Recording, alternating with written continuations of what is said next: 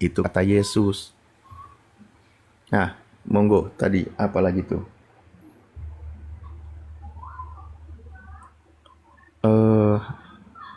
Silakan Bu. Nah, tadi senang Kasih ya Bang motong. Alif ya, udah Sekarang ngajarin Tritunggal. Oke, mungkin saya kasih kesempatan Pak Pendeta Yunus dulu, HT Yunus Ruben. Silakan Pak Pendeta. Ada yang mau ditanggapi dari narasi tadi? Ya, ya, makasih, Bang. Kalau narasi ya, artinya apakah Tuhan itu kalau berdiam diri kealahan dalam Yesus ya kita sebagai umat Kristen percaya bahwa di dalam diri Yesus ada Tuhan, ya. Tetapi kita tidak boleh pungkiri tentang ada Bapa, Anak, dan Roh Kudus. Ya, Yesus sendiri memberitahu kepada kita bahwa di dalam kealahan ada Yesus, ada Bapa, ada Anak, ada Roh Kudus. Gitu.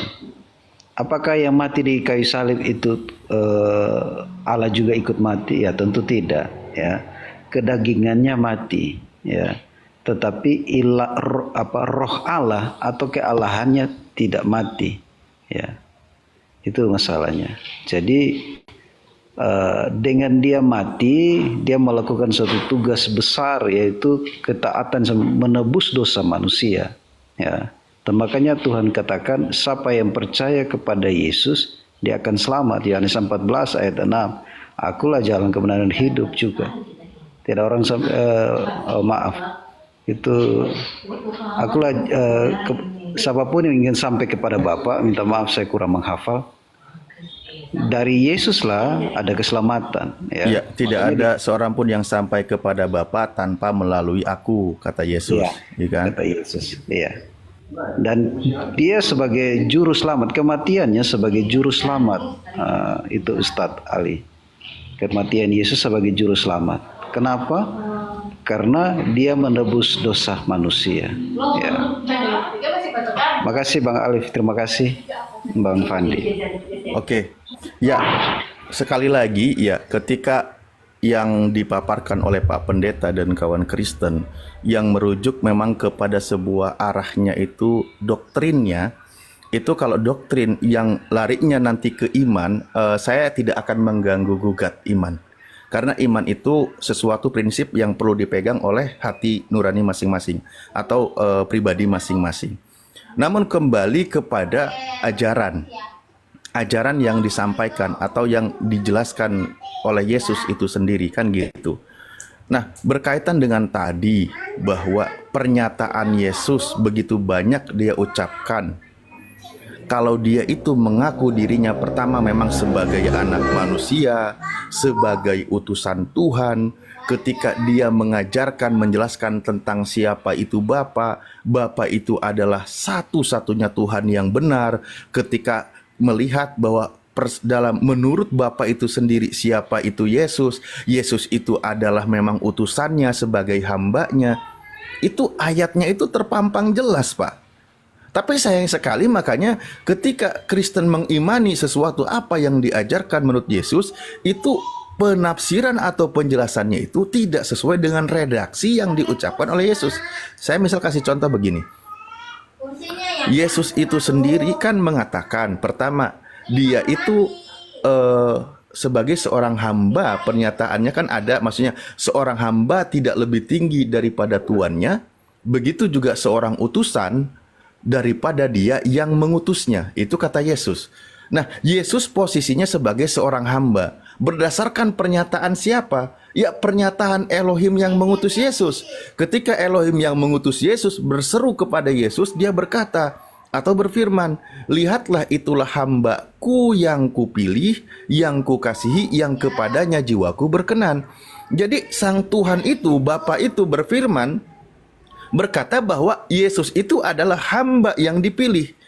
Jadi di hadapan Elohim, di hadapan Bapa, Yesus itu adalah hambanya. Itu berdasarkan ayatnya Matius 12 nomor 18. Nah, kalau kita lihat sekarang, kata Yesus itu sendiri yang mengatakan bahwa dia itu hamba di hadapan Bapa, maka Yesus berkata, Bapa itu adalah memang satu-satunya Tuhan yang benar, yang mengutus kepada Nabi Musa juga dan mengutus kepada Yesus, yang perspektifnya imannya tidak berbeda dengan imannya Nabi Musa, bahwa Bapa itu adalah satu-satunya Tuhan yang benar. Ketika dia ditanya oleh orang-orang ahli Taurat, oleh orang-orang Saduki, ketika dengan orang bersoal jawab dengan ahli Taurat berkaitan dengan ketuhanan, maka Tuhannya Yesus dengan Tuhannya ahli Taurat itu nggak beda, Pak. Markus 12 dijelaskan dengan gamblang ketika dia bersoal jawab, ketika dia ditanya oleh orang-orang ahli Taurat, hukum yang terutama tentang siapa itu Tuhan. Tuhan itu Esa, Bapa yang mengutus dia, Tuhannya Yesus dan Tuhannya orang-orang ahli Taurat, bukan dia Tuhan. Nah, Tuhan yang Esa itu yang Yesus tegaskan bahwa itulah satu-satunya Tuhan yang benar. Nah, orang yang mengimani kalau Bapa itu adalah satu-satunya Tuhan yang benar dan percaya Yesus sebagai utusan Bapa, itulah maksud dari ayat Yohanes 3 nomor 16, barang siapa yang percaya kepadanya akan memperoleh hidup yang kekal. Karena kata Yesus, inilah hidup yang kekal itu, percaya Bapa satu-satunya Tuhan, percaya Yesus sebagai utusan Tuhan. Kan itu sebenarnya yang terucap dari lisan Yesus berdasarkan kitab Pak Pendeta dan Bu Princess tadi. Silakan.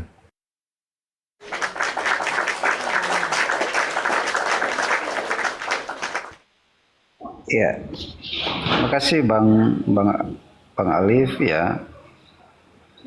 Ya, artinya bahwa memang benar yang dikatakan bahwa hidup kekal seperti yang dikatakan Yohanes 17 ayat 3, hidup kekal hanya dalam mengenal Bapa satu-satunya, tetapi untuk mengenal hanya Allah satu-satunya, tapi mengenal Yesus itu yang harus paling utama ya. Karena Yesus mengerjakan ini adalah mengerjakan artinya ada hubungan Allah dengan manusia ini terputus. Yang Yesus kerjakan itu hubungan itu yang diperbaiki ya lewat kematian anaknya ini. Mungkin tidak apa-apa sih teman-teman tidak percaya, tetapi saya ingatkan kepada kita juga yang mendengar bahwa Roma 10 ayat 9 dikatakan bahwa keselamatan itu Tuhan sudah berikan lewat Yesus ya. Kalau kita mau selamat, Alkitab katakan percaya bahwa Yesus adalah Tuhan yang telah membangkitkan dia dari antara orang mati dan bangkit. Artinya bahwa hanya percaya kepada Yesus sebagai Tuhan, maka kita memperoleh keselamatan. Kita sudah tinggal dalam kebenaran. Artinya sudah tinggal hidup bersama dengan Tuhan. Hanya percaya Yesus sebagai Tuhan dan Juru Selamat. Memang ini kelihatannya sangat sulit atau sangat tidak masuk di akal. Tetapi keselamatan telah sudah nyata diberikan bagi kita. Kembali kepada kita. Gitu. Terima kasih Bang Alif.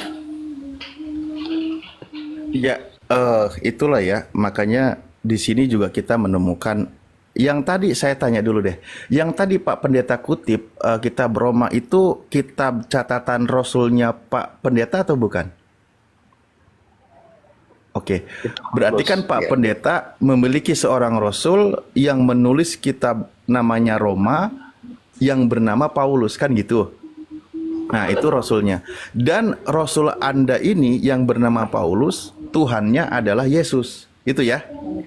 Seperti juga dalam imannya Pak Pendeta. Jadi di sini Pak Pendeta sebagai seorang Kristen memiliki Rasul yang bernama Paulus yang menjadi panduan untuk keimanannya yang menuhankan seorang yang bernama Yesus kan gitu. Nah, sekarang mari kita lihat posisi Rasul di dalam kitab Anda atau Nabi. Contoh, apakah Yesus seorang Rasul? Tentu, karena Rasul itu maknanya adalah seorang utusan Tuhan. Yesus sendiri tadi yang sudah diulang-ulang kita kalimatnya menunjukkan kalau dia itu adalah seorang Rasul. Ajaran Yesus yang dia seorang Rasul mengajarkan risalahnya, ajarannya tentang Tuhan yang Esa itu siapa, yang sudah kita tadi kutip bersama. Tapi memang Pak Pendeta punya ajaran lain yang memiliki seorang rasul juga, atau mungkin bisa dikatakan ajaran tambahannya dengan perspektif yang berbeda dari pandangan Yesus, yaitu yang rasulnya adalah bernama Paulus, yang mengajarkan tentang Tuhannya adalah Yesus. Sementara saya ingin mengutip fokus kepada ajarannya Yesus, karena dia itu adalah sebagai seorang rasul. Kan gitu. Ketika percaya terhadap omongan dia, percaya terhadap ajaran dia, orang itu memang tidak akan binasa. Orang itu akan berpindah dari alam maut ke alam hidup. Maksudnya orang itu kan tidak akan celaka. Percaya bahwa dia itu adalah utusan Bapa, dan Bapa itu yang mengutus Yesus, dan Bapa itu adalah satu-satunya Tuhan yang benar. Kan gitu. Tapi ya kalau memang Bapak ngambil perspektif dari yang lain, di sinilah kita menemukan corak yang berbeda antara ajarannya Pak Pendeta yang mengambil dalilnya dari seorang yang bernama Paulus sebagai Rasul Anda, dengan dalil yang dipaparkan oleh Yesus. Padahal Yesus sendiri mengatakan bahwa ketika memberitahukan bahwa Bapa itu adalah satu-satunya Tuhan yang benar, dia katakan tuh, murid-muridnya itu sudah paham dan sudah nerima. Kan ketika yang di Yohanes 17 nomor 3 yang tentang satu Tuhan itu, sehingga di nomor 8 dia katakan bahwa semua firman yang disampaikan oleh Bapa kepadaku, karena dia seorang rasul tuh, telah Yesus terima, telah aku terima, dan telah aku sampaikan kepada mereka, murid-muridnya. Berarti murid-muridnya menerima risalah ajaran dari rasul yang bernama Yesus, dan mereka telah percaya bahwa engkaulah yang mengutus aku. Nah, semua ajaran firman dari Elohim itu sudah disampaikan kepada murid-murid Yesus, dan murid Yesus percaya kalau Yesus itu seorang utusan Tuhan. Maka ini namanya Bang ajaran Alif, baru. boleh gitu. aku yang jawab, Bang Alif? Ke Pak Bentar Pendeta dulu. dulu, Ini nanti kalau ini Pak Pendeta pendeta loh. mempersilahkan baru. Aduh, sorry. Ini pendeta loh, jangan kau kayak gitu kau Jeff Colby. Silakan lanjut. Aku dulu lah, dikit aja. Dikit, ini pendeta loh, kapasitasmu apa kau? Lagi diskusi enak sama Pak Pendeta. Kau penghujat kau, Lanjut. Jeff. Ini Biar penghujat, selesai ini dulu. turun lagi nih, Pak Bang. Pendeta, aku dulu yang jelasin dikit boleh? Izin sama Pak Pendetamu, silakan. Boleh katanya. Silakan. Jadi iya, betul memang para rasul, murid-murid Yesus memang mengatakan bahwa Yesus itu adalah utusan. Ya karena memang dalam 1 Timotius 2 ayat 5 berkata firman Tuhan, karena hanya ada satu Allah saja dan hanya satu perantara kita dengan Allah, yaitu Kristus Yesus yang juga adalah manusia. Jadi kita harus tahu teman-teman bahwa Yesus itu merupakan duinatur. Ya, duinatur itu artinya Yesus yang merupakan Allah dari keilahian firman-Nya Allah itu sendiri, menambahkan kodrat manusia. Jadi Yesus itu ada dua kodrat, yaitu kodrat Allah dan kodrat manusia. Nah, kodrat kemanusiaannya inilah yang dinyatakan sebagai perantara kepada Allah Bapa. Makanya Yesus dikatakan sebagai hamba, dan dikatakan oleh para rasul juga itu benar bahwa Yesus itu adalah hamba, utusan, nabi, rasul, karena memang dia memang diutus oleh Bapa ke dunia untuk mengajar, untuk melakukan mujizat dan sebagai kurban penebusan dosa dari manusia, Hargailah penebusan dulu manusia Bang, dari dosa. pendeta itu Bang Jeff. Ajar ke apa Bentar. hargai dulu dia kan. Hargai dulu pendeta Kan- itu. Kan tadi Pak Pendeta udah izinkan. Ya, jadi Kalau teman-teman pendeta harus itu tahu tahu semuanya bahwa itu. biar santun juga, kamu diam dulu. Jadi teman-teman, yang poin yang ingin aku sampaikan adalah bahwa Yesus itu adalah duinatur. Dia yang merupakan hakikat dari firman-Nya Allah. Dia juga memiliki kodrat manusia. Dia sebagai keilahian, dia merupakan firman, di mana dia merupakan kecerdasan atau pikirannya Bapa itu sendiri. Kemudian dia juga menjadi manusia yang merupakan inkarnasi. Yohanes 1 ayat 14, firman itu telah menjadi manusia.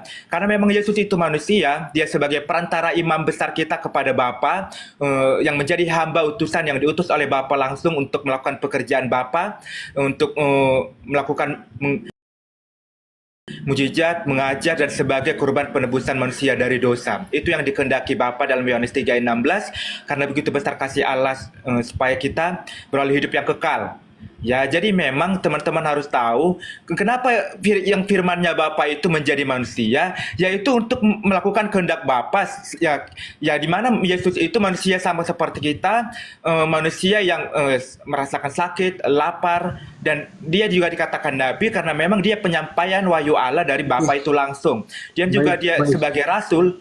Dia juga sebagai utusan Bapa langsung yang untuk mengabarkan Kalau manusia kenapa kau Tuhan kan? Jangan Tuhan kan lah kalau manusia. Oke, Betul, mungkin karena dia firman Allah, Ya, yang menjadi manusia, ya. Oke. Kasih kesempatan ditanggapi oleh Ustaz. Udah, Jeff Colby, jangan terlalu panjang. Jadi Udah, orang poinnya Kristen sudah mengakui didapat. bahwa Yesus itu juga manusia. Cuman perbedaannya Yesus tidak berdosa. Makanya dia menjadi Mungkin manusia gini, karena memang dia sebagai utusan. Sebentar, saya mungkin tambahin dikit lagi. Di Quran katanya 4 udah. ayat 171 juga ada kok diakui bahwa 171. Tuhan Oke. itu adalah firman yang disampaikan kepada Maryam. Oke. Nanti Kasih ini saya Allah bukakan di dalam ayatnya, itu, Bu. ya. Nanti saya bukakan ayatnya, siap. Diajar ya. Nanti saya bukakan ayatnya. Bahkan di mute yang lain, kasih kesempatan. Oke. Iya, Iya, jadi saya kenapa mungkin- dikatakan Yesus itu Sudah, Tuhan? Jeff Colby, Bentar, dikit lagi. banyak kali kamu Dikit lagi. Enggak, kalian Aku kan mau nolak. Kasih kesempatan, abang ini Udah cuma terlalu banyak. Poinnya satu-satu aja, silakan Ustaz Ali. Ya, Ya, gini. satu ayat lagi. Saya mau kasih ke Makanya pendeta dikatakan aja. di dalam- Saya hargai Kasih beliau. kesempatan. Satu ayat lagi. Makanya dikatakan di Kebenaran dalam itu Yohanes dinyatakan. 1 ayat 3. Kebenaran firman Tuhan itu harus Satu. dinyatakan. Oke, kasih dia kesempatan.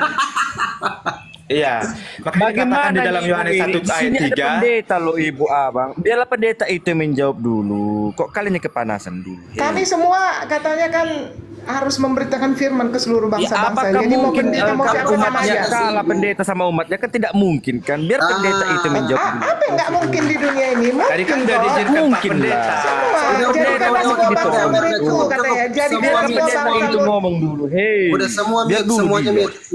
Yoga. Semuanya mute. Kasih kesempatan Ustaz Alif dengan Pak Pendeta Yunus. Yang lain diam. Daripada congor lebih baik diam. Silakan. Ya, nanti PR, maksudnya pertanyaan untuk Jeff, ya, bahwa di mana Yesus mengatakan kalau dia itu sebagai manusia yang duinatur, punya dua kepribadian gitu. Sebenarnya aku Ustadz, malah mohon jadi maaf, agak saya geli. pamit ya Ustadz. Eh. Mohon maaf ya kawan-kawan, saya pamit dulu ya. Iya pamit lah, Bu, Terima kasih pamit ya lah. Jangan untuk curhat lagi semuanya. Ibu ya. Iya. Iya. Semoga roh iblis memberkati. Tapi Enggak lah, betul itu firman Allah. sebentar. Kebenaran Yesus Kristus harus dinyatakan. Bang. Ya udah, habis ini, Ibu tadi punya pernyataan surah An-Nisa ayat 171 loh. Mau saya bantu kasih pemahamannya kok malah pergi. Dia dengar dari bawah. Oke. Aja. Lanjut. Saya mau singkat aja dulu ya, karena biar Pak Pendeta nggak terlalu lama nunggu. Surah An-Nisa ayat 171, saya bukakan aja ayatnya sebentar ya. Saya siapkan dulu. Di sini, sebentar, saya sambil siapkan. Di situ seingatku bunyi ayatnya kan bahwa kuliah ahlal kitab la taglu fi dinikum wa la taqulu 'alallah ilal haq gitu. Wahai ahli kitab, ya Allah kitab, janganlah engkau berlebihan di dalam agamamu. Janganlah engkau berkata kepada Allah kecuali dengan yang hak. Sebentar ya, sambil aku siapkan, saya bukakan. Sesungguhnya Al-Masih Isa putra Maryam itu kan adalah Rasul Allah gitu. Itu dijelaskan di dalam Al-Quran. Kita sambil lihat penjelasannya nih. Penjelasannya.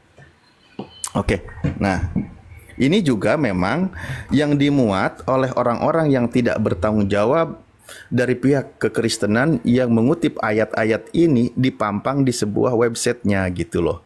Dia mengutip ayat ini katanya ingin melegalkan bahwa Nabi Isa itu adalah Tuhan. Nah itu yang bahayanya. Dia ngambil dari Al-Quran, padahal Al-Quran itu nggak kayak gitu loh. Pemahamannya itu nggak seperti apa yang dijelaskan atau yang diselewengkan berdasarkan ayat Al-Quran gitu. Bukan seperti itu. Nah, di sini yang sedang dibahaskan tentang ini kejauhan baik, bahwa ini nggak pakai terjemahan, nggak apa-apa lah ya, nggak ada terjemahannya, tapi di sini poinnya saya nangkap bahwa wahai ahli kitab, janganlah engkau berlebihan, la taglu fi dinikum, janganlah engkau berlebihan dalam agamamu, wala taqulu 'alallah, janganlah kalian berkata kepada Allah kecuali yang hak. Sesungguhnya Al-Masih, innamal masihu Isa banu Maryam Rasulullah wa kalimatuh alqaha ila Maryam. Dia sebagai Rasul Allah dan kalimat dari Allah yang dilemparkan atau diberikan kepada Maryam, waruhum minhu, dan ruh dari Allah gitu. Nah ini kan selalu kata kunci yang selalu diambil, bahwa Nabi Isa mendapat gelar kalimatullah, katanya seperti itu yang sering dibahas. Nah, gelar seperti itu dijelaskan di dalam Al-Qur'an di sini ya. Maksudnya itu seperti apa gitu loh. Jadi jangan sampai orang-orang Kristen itu salah paham dalam memahami ayat Al-Qur'an. Nah, nih. Wa kalimatuhu, dan kalimat dari Allah, ini penjelasannya nih. Aduh, mana tadi? Alqaha ila Maryam wa ruhum minhu. Nah, qala di sini dijelaskan laisa kalimatu sorot Isa. Bukan sebuah kata yang menjadi Nabi Isa, gitu, bukan seperti itu. Walakin, akan tetapi dengan firman Allah, maka soro Isa, dengan kalimat Allah, Allah berfirmanlah, jadilah Nabi Isa gitu. Itu maksud dengan kalimatuhu atau kalimat darinya. Ibaratkan saya berkata jadi, maka saya menghendaki bikin sesuatu, saya berkata kamu harus jadi. Dari perkataan saya itu, disebabkan perkataan saya, maka apa yang saya kehendaki itu terbukti, ada poinnya, ada barangnya gitu loh. Kalau pemahaman Kristen kan mengatakan bahwa kalimat itu yang berubah menjadi orang atau menjadi sosok yang bernama Nabi Isa. Itu. Jadi makanya dibantah di sini, laisal kalimatu sorot Isa, bukan sebuah perkataan yang menjadi Nabi Isa gitu. Akan tetapi nih di dalam penjelasannya bisababiyah, walakin akan tetapi bi kalimatin, oleh sebab Allah berfirman dengan kalimat itu, soro, maka jadi Isa, yaitu Nabi Isa, gitu pemahamannya untuk Kristen, biar pada paham. Karena kita logika aja nggak masuk akal sehat. Kalau kita bahas dari kemarin juga, saya membahas kitabnya kawan Kristen. Karena ketika di situ di dalam surah Ali Imran juga dijelaskan bahwa ketika ibunya Nabi Isa berkata bahwa bagaimana mungkin aku bisa mengandung sementara tidak ada seorang laki pun yang pernah menyentuh aku. Itu kalimat indah yang disampaikan oleh Al-Qur'an. Kan gitu kata Al-Qur'an. Qala kadzalikullahu yakhluqu ma yasha gitu. Malaikat menjawab pernyataan itu atas berdasarkan firman Allah. Begitulah ketika Allah hendak menciptakan sesuatu, idza qada amrong fa innama yaqulu hukum fayakun. Ketika menetapkan suatu perkara, semudah berkata jadi, jadilah dia. Nah, contohnya seperti ini, dibuktikan dalam sebuah ayat. Seperti itu. Ketika saya baca Yohanes, kitabnya Kristen juga, contoh di Lukas 1, ketika Tuhan berfirman kepada Maria berdasarkan malaikat. Malaikat menyampaikan firman Tuhan, sesungguhnya engkau wahai Maria akan mengandung dan melahirkan seorang anak laki-laki, dan engkau hendak menamai dia Yesus. Apa kata Maria di situ, berkata, bagaimana mungkin aku bisa hamil? Aku tidak bersuami. Ya begitulah Tuhan ketika berkehendak, tidak ada yang mustahil bagi Tuhan. Bahkan di kitab ada seperti itu. Nah, firman yang disampaikan kepada Maria melalui malaikat itu, Gabriel itu, melalui malaikat terbukti. Maria mengandung dan melahirkan seorang anak yang bernama Yesus. Maka firman itu memang jadi manusia. Yang jadi masalah, kenapa jadi ditafsirkan bahwa Yesus itu jadi dua natur? Ini yang gak masuk akal. Di mana Yesus seperti itu bilang? Silakan Pak Pendeta.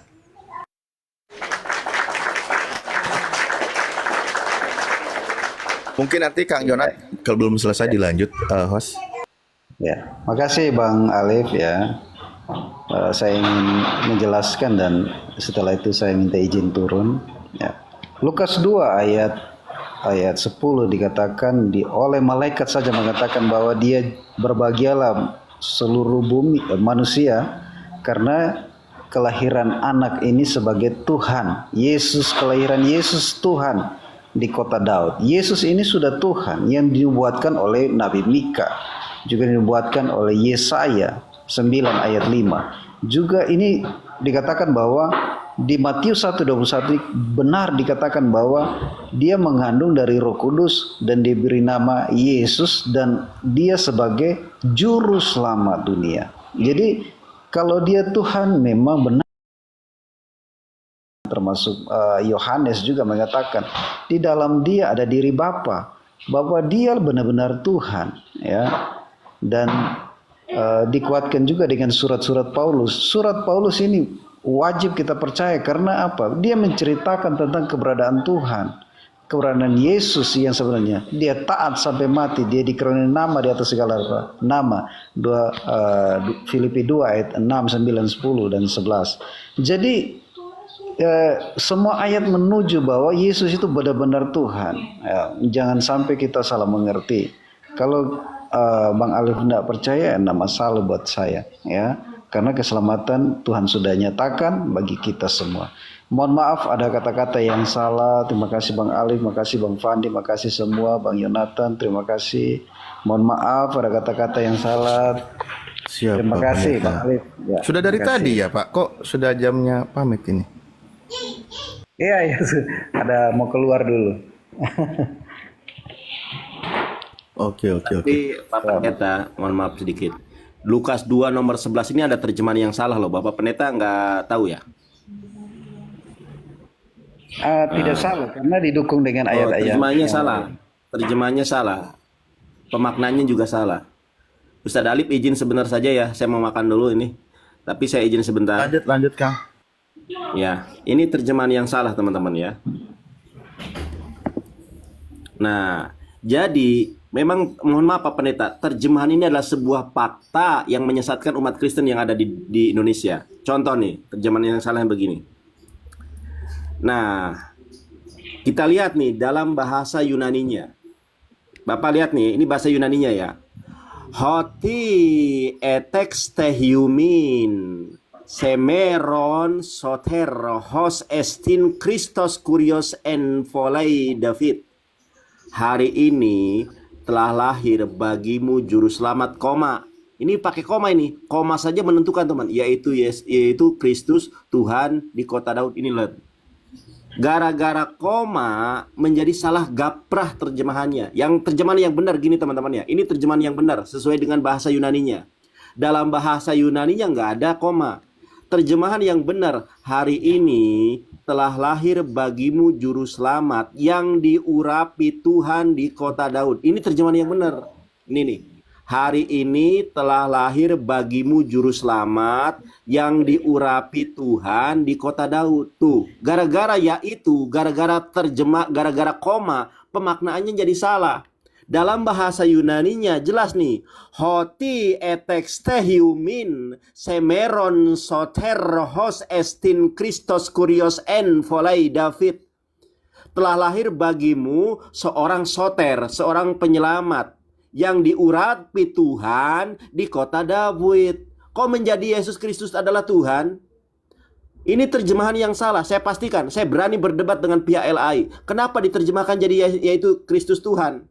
Yang benar, hari ini telah lahir bagimu juru selamat yang diurapi Tuhan. Arti Kristus itu adalah yang diurapi. Hari ini telah lahir bagimu juru selamat yang diurapi Tuhan di kota Daud. Kenapa yaitu Kristus Tuhan? Ini gara-gara koma, gara-gara yaitu jadi salah. Lihat dalam bahasa Yunani yang nggak ada koma. Hoti etextehiumin semeron soter. Telah lahir bagimu seorang soter, seorang penyelamat. Hos estin Christos. Yang diurapi kurios, yang diurapi Tuhan. En volei David, di kota David. Itu saja sebagai tambahannya. Gara-gara terjemahan inilah salah. Ingat teman-teman, konklusinya adalah hari ini telah lahir bagimu juru selamat yang diurapi Tuhan. Arti Kristus apa? Coba saya tunjukkan nih teman-teman ya. Arti Kristus. Nah, biar teman-teman tahu.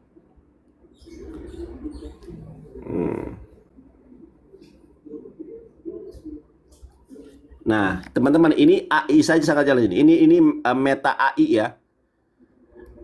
Kita nih dalam agama Kristen, kata Kristus berasal dari bahasa Yunani, Kristos, yang berarti yang diurapi.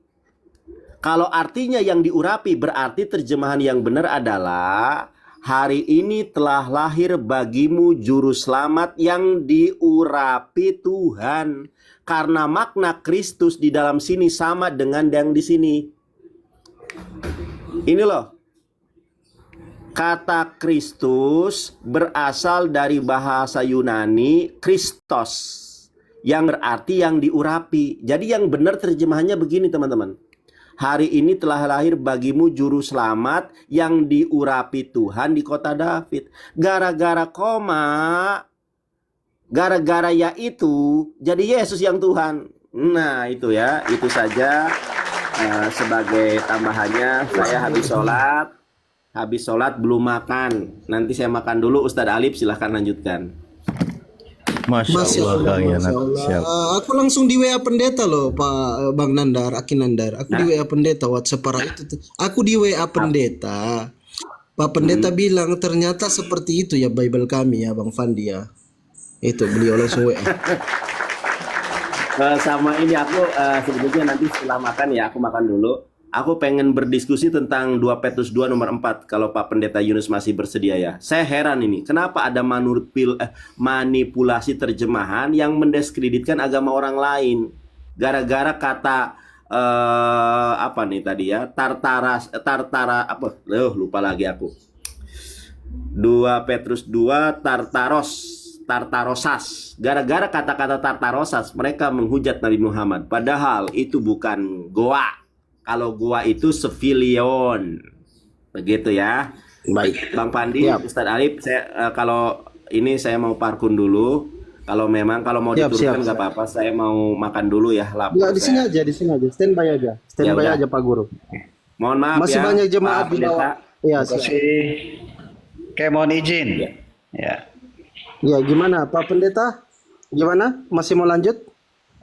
Kita udah mau keluar dan pelayanan. Baik, siap. Pelayanan di penjara. Oke, makasih ya. Oke. Ya.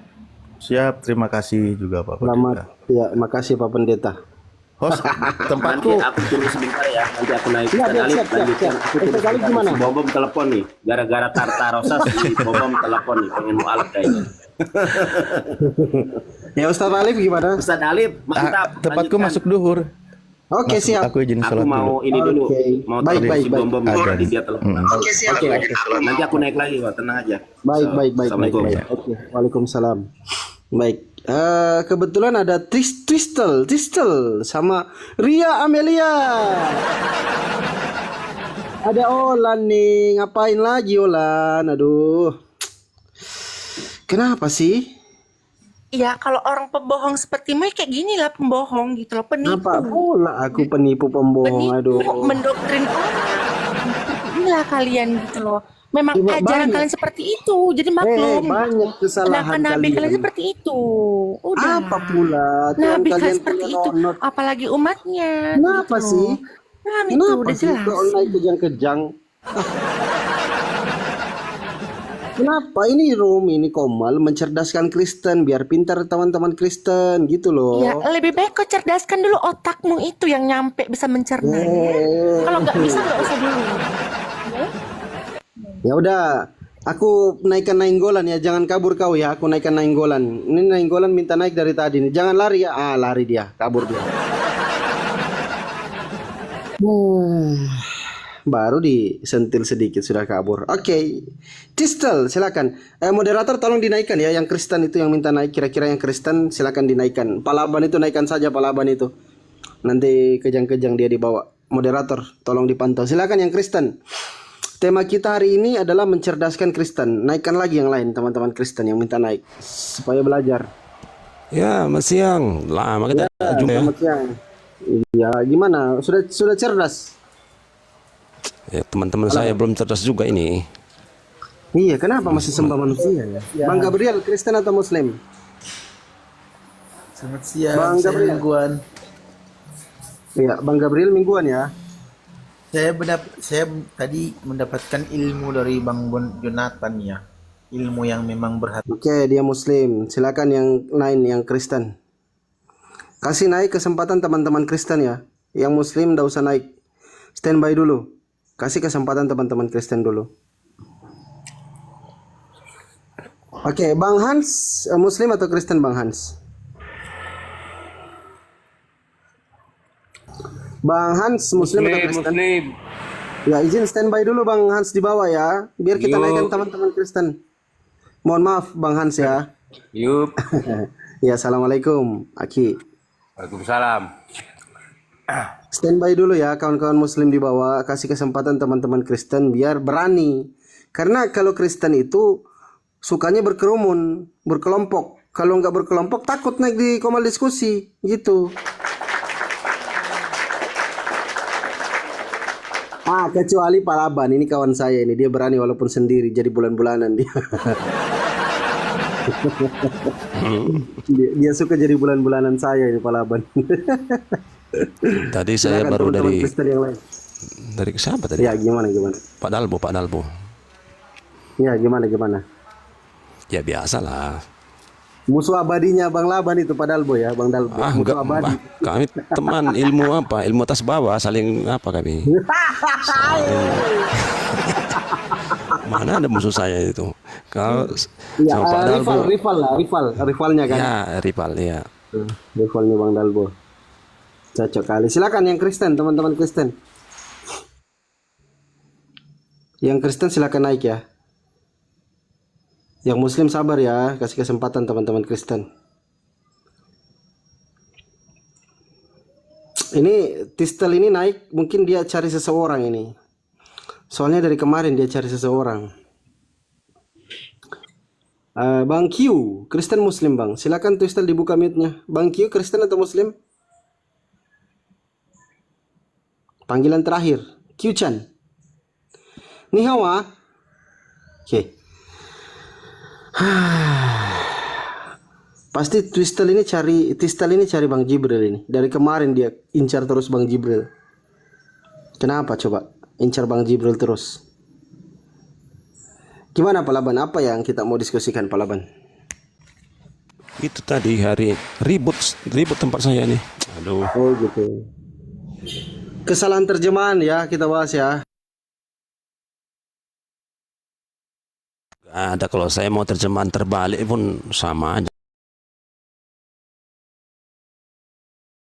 Hari ini telah lahir bagimu juru selamat, yaitu Kristus Tuhan di kota Daud. Nah ini Kristus hari ini, tanggal berapa hari ini? Tanggal 18 bulan 12. Dicari ada nggak? Kalau nggak ada berarti bohong kan? Oke, kita sapa dulu. Ini naik lagi. Leo Ferdinand, Kristen ya Bang Leo ya? Ya, halo. Hari Ya, Minggu kan selamat. kita sempat bertutur, tapi Ya. live-nya tahu-tahu habis. Ya, tiba-tiba langsung kena kita di report karena kawan-kawan yang menonton di bawah takut nanti Abang Leo mualaf masuk Islam begitu. Oh Karena iya, terlalu- terima kasih. Bang Leo ini mau malap, cepatlah. Kalau manusia tidak ada firman Tuhan di dalam hatinya ya seperti ini gitu. Ya. Iya cepatlah, Leo mualaf.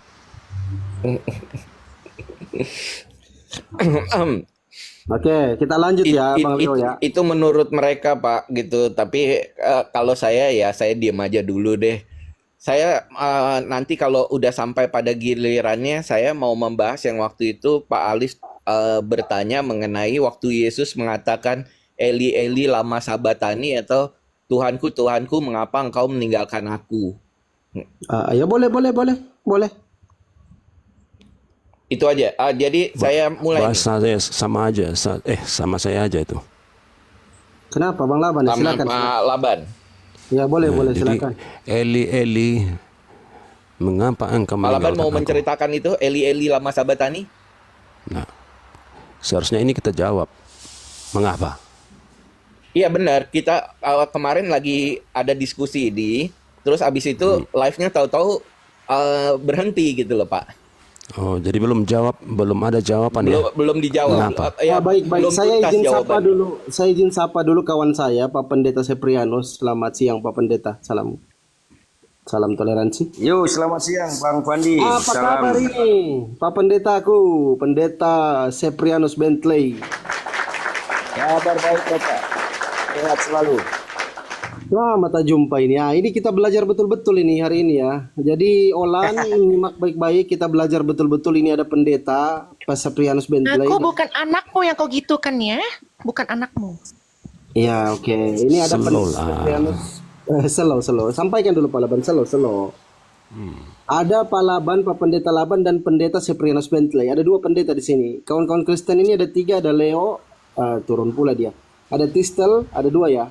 Nah, silakan mungkin karena Ustadz Alif belum monitor, masih sholat. Aki Nandar mau masuk, Aki? Aku 15 menit ya, aku mau makan dulu ya. Oke, siap. Ya udah. Telepon bom-bom gak diangkat. Baik. Aku layanin dulu kawan-kawan yang lain ya. Baik. Pak Seprianus Bentley itu agak merah signalnya. Saya selesaikan dulu dengan Bang Leo Ferdinand. Jadi Bang Leo sama Pak Laban silakan kalian membahas soal yang Eli lama sabachthani itu, silakan. Ya, ya sebenarnya lebih baik kalau ada itu Pak Guru itu, Pak Ustadz Alif itu. Tapi Pak Laban mau menceritakan tentang Ya itu. nggak apa-apa dulu. Ya sama Pak Laban dulu, nanti Pak Guru setelah sholat Pak Guru masuk, silakan. Iya, Pak Laban mau menceritakan kenapa Yesus mengatakan Eli Eli lama sabatani? Bukan mengatakan, berseru. Ya boleh berseru. Ya, berseru. Jadi sebenarnya ini adalah Mazmur 22 ayat 2. Ya, Mazmur 22. Nah, jadi Mazmur 22 ayat 2, Allahku, Allahku, mengapa engkau meninggalkan aku? Iya. Nah, sekarang fokus saja dulu nih, Mazmur 22 ayat 2 ini. Allahku, Allahku, mengapa engkau meninggalkan aku? Mengapa? Ini harus dijawab ini. Nah, kalau ini bisa dijawab, maka kita akan mengerti kenapa Yesus berseru di tiang salib seperti ini. Iya. Untuk apa ini Baik. diserukan di tiang salib? Nah, gitu. Iya, betul.